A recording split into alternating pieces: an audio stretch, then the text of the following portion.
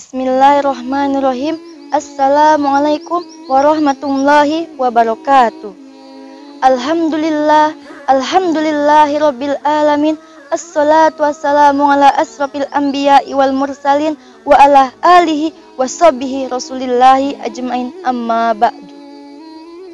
Baiklah, pada kesempatan kali ini izinkan saya membawakan kultum singkat saya yang saya beri tema larangan berzina. Sahabat Aiki rahimakumullah, seperti yang kita ketahui, di zaman era globalisasi ini sangat jauh berbeda dengan zaman kakek buyut kita. Kenapa?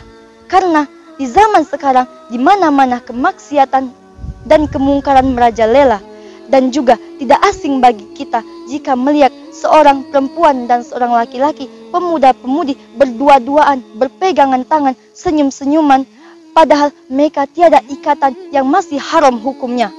Seolah-olah mereka bebas melakukan apa saja yang mereka kehendaki tanpa batasan. Dan juga mereka merasa dunia ini milik mereka berdua. Allah Subhanahu wa ta'ala berfirman dalam surah Al-Isra ayat 32 yang berbunyi, A'udzu billahi minasyaitonir rajim. Bismillahirrahmanirrahim. Wala taqrabuz zina innahu kana fahisyatan wa sa'a sabila. Shadaqallahul azim, shadaqallahul azim. Yang artinya, wala taqrabuz zina, dan janganlah engkau mendekati zina.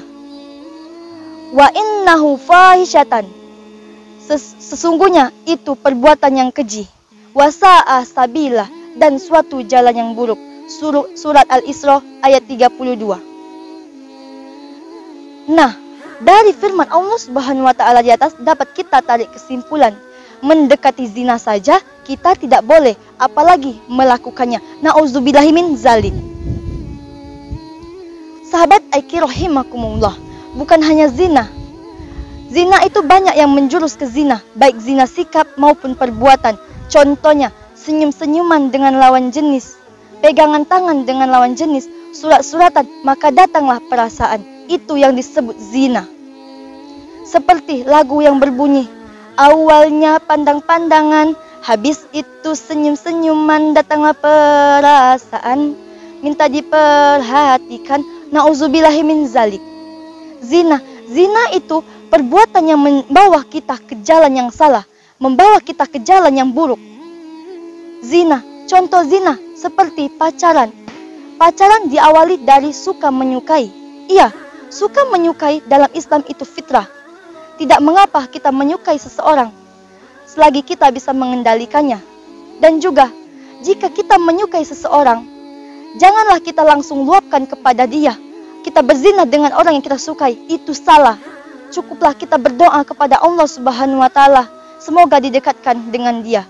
Sejauh apapun orang yang kita sukai dijauhkan dari kita, jika dia jodoh kita, pasti akan didekatkan oleh Allah Subhanahu wa ta'ala. Allah Subhanahu wa ta'ala berfirman dalam surah An-Nur ayat 30 yang berbunyi, A'udzu billahi minasyaitonir rajim. Bismillahirrahmanirrahim. Kullil mu'minina yaghuddu min absarihim wa yahfazu furujahum dzalika azka lahum. Innallaha khabirum bima yasnaun.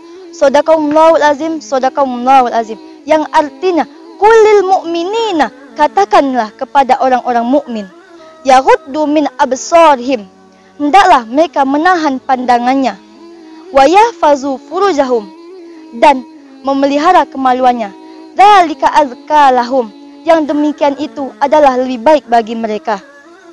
Innallaha khabirum bima yasnaun, sesungguhnya Allah Maha mengetahui apa yang mereka perbuat. Surah An-Nur ayat 30. Jadi, hendaklah kita menundukkan pandangan kita, kendalikan perbuatan kita, jaga kehormatan kita. Itu lebih baik bagi kita. Sahabat Sahabat Aiki rahimakumullah. Terkhusus kita seorang perempuan, perlu kita ketahui bahwasannya apabila kita keluar dari rumah tanpa menutup aurat kita, kita menjerumuskan ayah kita mendekati namanya neraka. Kalian tentu tahu bukan? Neraka itu tempat seburuk-buruknya tempat. Nah, tanpa menutup aurat saja kita menjerumuskan ayah kita ke neraka, apalagi kita melakukan zina. Na'udzubillahi min zalik. Maka dari itu, jadilah anak yang soleh yang menuntun orang tua kita ke surga. Apa yang telah dikabarkan oleh Rasulullah SAW dalam suatu hadis yang ada 3 amalan. Yang pertama, ilmu yang bermanfaat. Yang kedua, amalan sodako anak yang soleh. Yang ketiga, doa anak yang soleh. Maka dari itu, marilah kita membantu orang tua kita untuk masuk surga, membahagiakan mereka. Setidaknya kita tidak bisa membantu di dunia, tetapi kita membantunya di surga. Sahabat Aiki rahimakumullah. Maka dari itu, jadilah anak yang soleh, yang berguna bagi masyarakat, bangsa dan negara, dan menyenangkan hati orang tua kita. Mungkin hanya ini yang bisa Ananda sampaikan. Syukron. Wassalamualaikum warahmatullahi wabarakatuh.